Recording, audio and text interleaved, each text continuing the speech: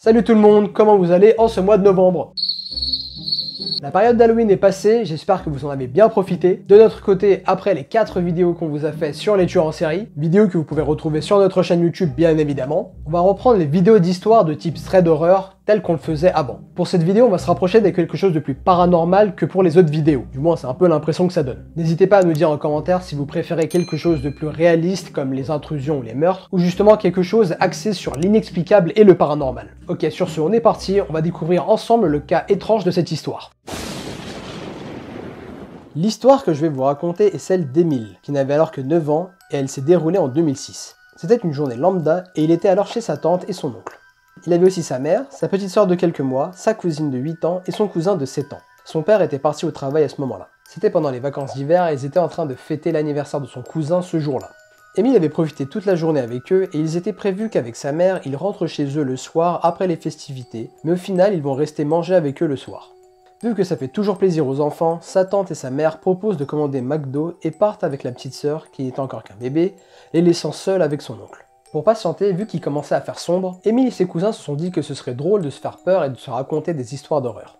Ils montent ainsi à l'étage pour s'isoler. Ils se mettent tous les trois dans le lit en mezzanine de son cousin et se placent en cercle comme s'ils étaient autour d'un feu de camp. Après qu'ils aient commencé à se raconter quelques histoires effrayantes, soudainement la porte de la chambre se claque fort d'un coup. Ils se mettent alors à hurler car évidemment ça les a surpris. Mais rapidement ils se calment et se disent que c'était simplement l'oncle, le père de ses cousins donc, car il aime bien leur faire des petites blagues de temps en temps. Dans le doute, ils décident quand même de redescendre vérifier, et là ils s'aperçoivent que son oncle n'était pas là. Sa cousine réfléchit et leur dit qu'il y a sûrement une fenêtre d'ouverte. Pour s'en assurer, ils font rapidement le tour des fenêtres et voient qu'aucune n'est ouverte. Et évidemment c'est logique car ils sont en hiver. À l'extérieur, il fait extrêmement froid, et s'il y avait la moindre ouverture, ils le sentiraient directement. La peur les gagna et ils restèrent tous dans le salon à attendre leur mère sans chercher à savoir où était passé l'oncle. Quelques minutes plus tard, ils aperçoivent une voiture se garer près de la maison. Soulagés que leur maman était rentrée, ils s'avancèrent tous près du portail. Ils virent alors que c'était l'oncle au volant. C'est là qu'ils ont compris qu'il y avait bien quelqu'un avec eux dans la maison. Ils en parlèrent alors aux adultes dès qu'ils furent tous rentrés. Malheureusement, ils ont pris ça pour une blague et n'ont pas du tout pris au sérieux les enfants. Le repas se déroula par la suite normalement. Plus tard dans la soirée, le cousin d'Émile s'aperçoit que la montre Spider-Man qu'il venait de recevoir pour son anniversaire et qu'il avait posée sur son bureau avait disparu. Il ne l'a d'ailleurs plus jamais retrouvée. Depuis cet événement, la cousine et le cousin d'Émile ont dit à plusieurs reprises sentir quelqu'un les regarder ou même carrément apercevoir comme une ombre quand ils allaient aux toilettes la nuit. 7 ans plus tard, en 2013, la tante et l'oncle d'Émile déménagent et décident de vendre la maison. Aussi surprenant que cela puisse paraître, les parents d'Émile décident alors de racheter la maison en disant se sentir vraiment bien dans la demeure. Mais après qu'ils se soient installés dans la maison, ils commencent à remarquer des choses assez étranges. Pendant plusieurs mois, des affaires ou des objets ne sont pas du tout où ils devraient être, ou bien sont carrément mal rangés. Comme tout le monde, la famille se dit que c'est l'un d'entre eux qui les déplace sans s'en rendre compte. Le soir ou la nuit, parfois dans sa chambre, Émile a l'impression d'entendre un harmonica. Mais au réveil le lendemain, à chaque fois, il se dit qu'il a dû rêver. Un jour, lors d'un repas avec sa tante et toute sa famille, Émile parle de l'harmonica qu'il entendait la nuit en rigolant sans prendre ça au sérieux. Mais c'est alors qu'il voit son cousin se décomposer. Émile ne l'interrogera pas à ce sujet tout de suite, étant surpris de sa réaction et ne sachant pas comment l'aborder.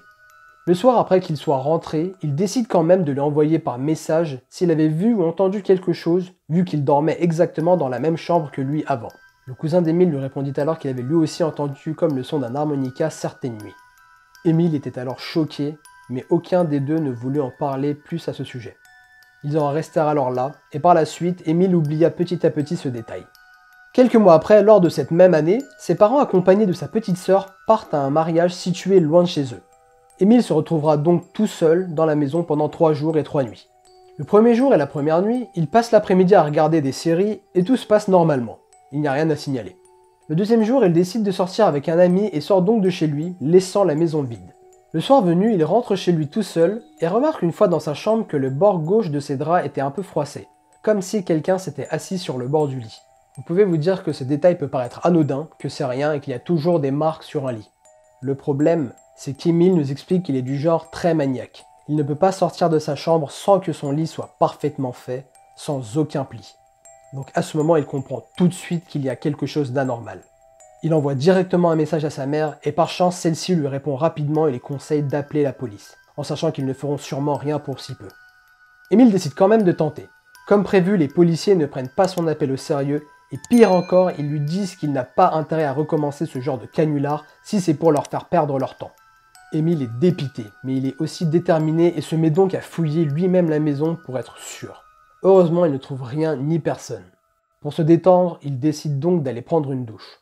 Il met un peu de musique, va à la salle de bain et la ferme à clé par réflexe de sécurité. À peine rentré dans la cabine de douche qu'il y a une coupure de courant et que toutes les lumières s'éteignent. Il remet donc son boxer pour ressortir de la salle de bain et essayer de résoudre le problème. Il approche sa main de la poignée et au moment où il a voulu ouvrir la porte de la salle de bain, il entendit comme un bruit. Il y a eu un petit blanc de quelques secondes entre deux musiques et c'est pendant cet instant qu'il l'entendit, comme si quelqu'un s'était cogné. À ce moment, il commence à avoir un sérieux mauvais pressentiment et décide d'appeler à nouveau la police. Il coupe alors la musique et commence à parler. Soudain, à cet instant, il entendit courir dans la maison. Et ça se rapprochait de plus en plus de la salle de bain. Il est complètement en panique, mais arrive quand même à dialoguer avec la personne au téléphone. C'est alors qu'il voit la poignée de porte se baisser et bouger, comme si quelqu'un essayait d'ouvrir la porte. Voyant que celle-ci était fermée à clé, l'intrus essaya ensuite d'enfoncer la porte en lui donnant plusieurs coups très violents. Émile, à deux doigts de se faire pipi dessus et tremblant de tout son corps, entend enfin les sirènes de la police. L'intrus a dû lui aussi les entendre car il s'arrête de tambouriner à la porte et commence même à s'enfuir. La police, arrivée sur les lieux, frappe à la porte d'entrée qui se trouve à quelques mètres de la salle de bain. Émile, encore tremblant, prend son courage à deux mains, sort de la salle de bain et court leur ouvrir. Les policiers rentrent pendant qu'Émile leur redit ce qu'il a entendu et ils se mettent alors à fouiller la maison et lui disent alors qu'ils ne trouvent rien. Pas de traces de chaussures, pas de fenêtres cassées et la seule porte d'entrée est intacte. Pendant la fouille, Émile appelle ses parents mais malheureusement ceux-ci ne répondent pas. Après cet instant, il n'a aucune envie de dormir seul chez lui. Il appelle alors l'un de ses amis, lui explique ce qui vient de se passer et lui demande s'il peut dormir chez lui cette nuit. Son ami lui dit que bien sûr, il accepte au vu de la situation. La police décide de fouiller une deuxième fois la maison au cas où l'intrus y serait encore et il se serait bien caché. En passant devant la salle de bain, l'un des policiers lui fait remarquer que la porte allait bientôt céder. Les gonds étaient pratiquement tous sortis. Il s'en était fallu de peu pour que la porte ne cède. Par la suite, les policiers et Émile montent à l'étage.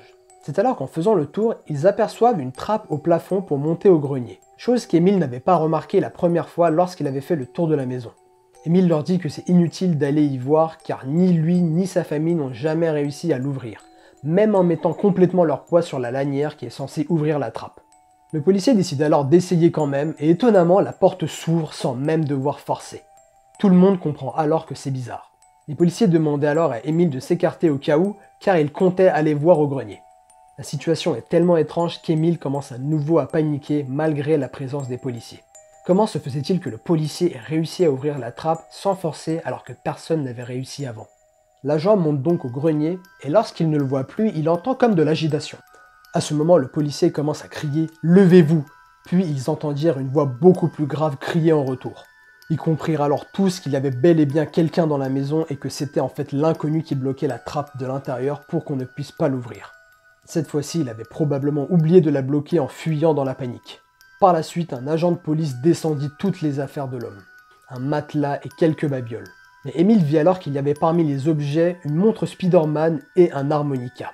L'homme vivait en fait dans le grenier depuis plusieurs années, juste au-dessus de la chambre d'Émile et anciennement celle de son cousin. Ils n'ont jamais su qui était cet homme, mais en vérité, ils ne veulent même pas le savoir. La famille d'Émile ne veut juste plus repenser au fait qu'un intrus vivait avec eux, dans leur maison, parmi eux. Voilà, c'est comme ça que se termine cette histoire. Je suis sûr que vous vous attendiez pas à ce switch à la fin. Bon, pour ma part, j'ai cru que c'était une entité paranormale, mais quand ils ont vu la porte défoncée de la salle de bain, je me suis dit que ça pouvait pas être un esprit. Dites-moi en commentaire si vous aussi vous êtes tombé dans le panneau, ou si dès le début vous vous doutiez que c'était l'œuvre d'un humain. En tout cas, ce sera tout pour cette vidéo. Comme d'habitude, si elle vous a plu, n'hésitez pas à mettre un pouce bleu, à vous abonner à la chaîne et à la partager. On se retrouve très vite pour une prochaine histoire. D'ici là, prenez soin de vous, et surtout regardez s'il y a personne dans votre grenier.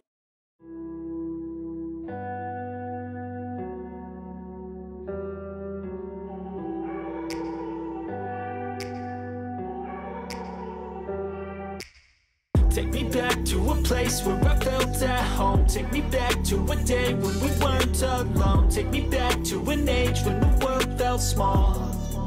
Way back before we blew it all. Take me back to a place where I felt at home. Take me back to a day when we weren't alone. Take me back to an age when the world felt small. Way back before we blew it all. Too many things things going.